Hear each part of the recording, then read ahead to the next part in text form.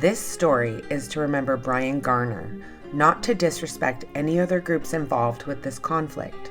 To maintain respect for each side, we will not be naming any other group or person involved or responsible for this tragedy.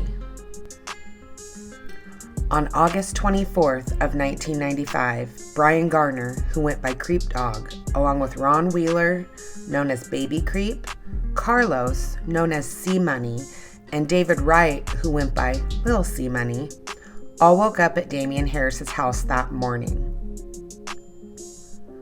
All were members of the Lakewood Hustler Crips, one of the most notorious street gangs in Washington.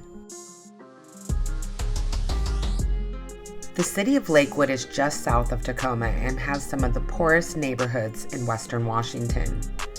The city is located in an area that's known as the South Sound. The South Sound is generally defined as the area south of the Tacoma Narrows Bridge, and its biggest cities are Tacoma, Olympia, Lakewood, and Lacey.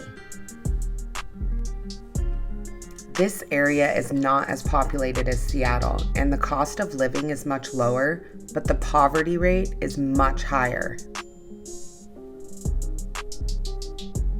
On average, people who live in Lakewood make little over half of the income as people who live around Seattle.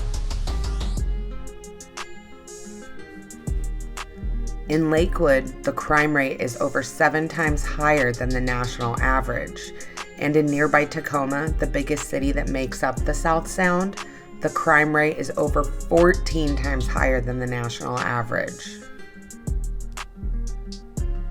Your chance of becoming a victim of either violent or property crime in the city of Lakewood is as high as 1 in 18. You're more likely to lose your life in Lakewood and nearby Tacoma than even living in Los Angeles.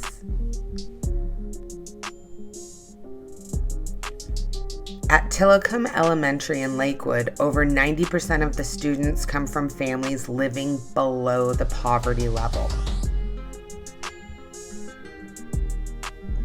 Lack of opportunities leads a lot of kids to the streets, and Lakewood has a history of gang violence that goes back to the early 1990s, when LA and Chicago gangs came up to take over the illicit market.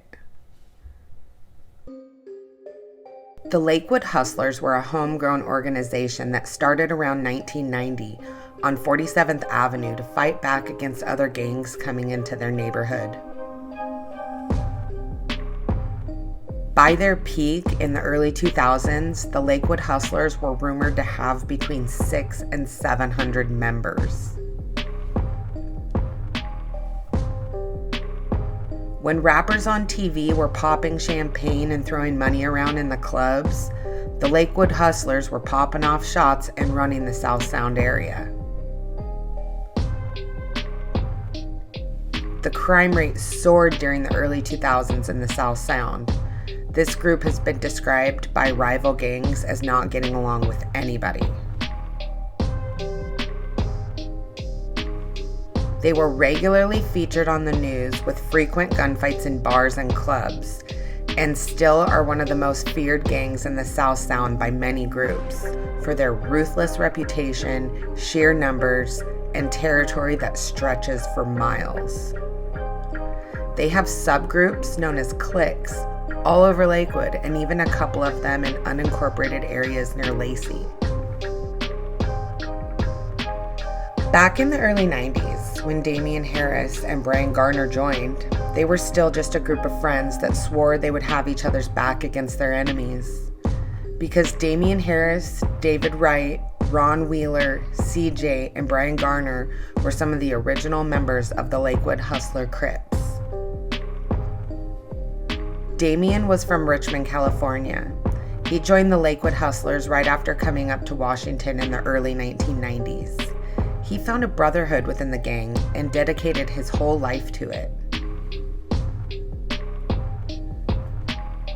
Ironically, the Lakewood Hustlers were fighting with Crips and Bloods from California at the time, who had taken over several neighborhoods in the Tacoma and Seattle area. This was because dealers were able to make around 4 or 5 times more profit than they were in Los Angeles.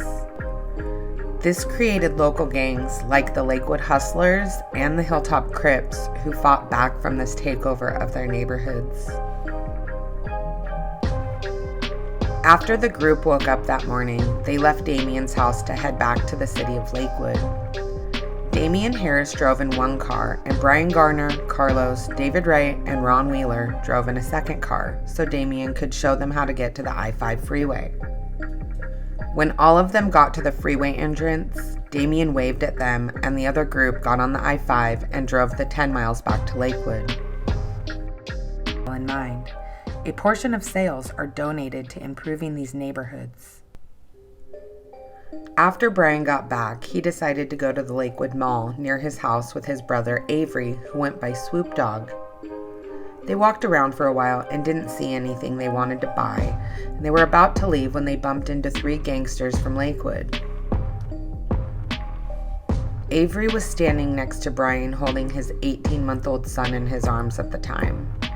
Brian said, "What's up?" and the teen responded by pulling a small .22 caliber handgun from his waistline. Avery said the teen tried to cock the gun twice and then pull the trigger several times, but the weapon jammed.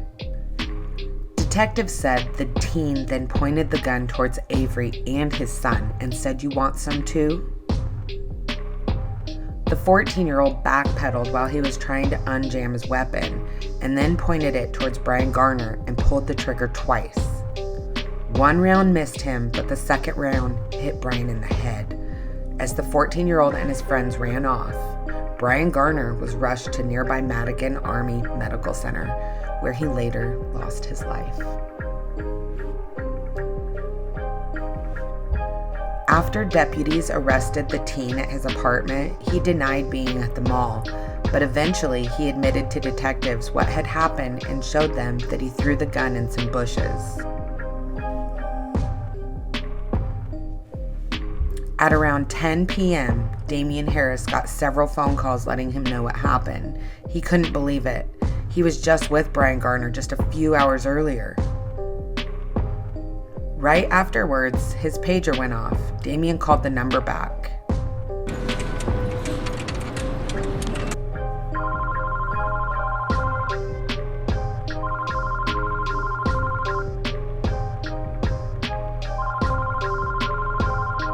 This is the Lakewood Funeral Home. If you're receiving this message, then you have called after hours. If you stay on the line, you can leave a recording and someone will call you back as soon as possible.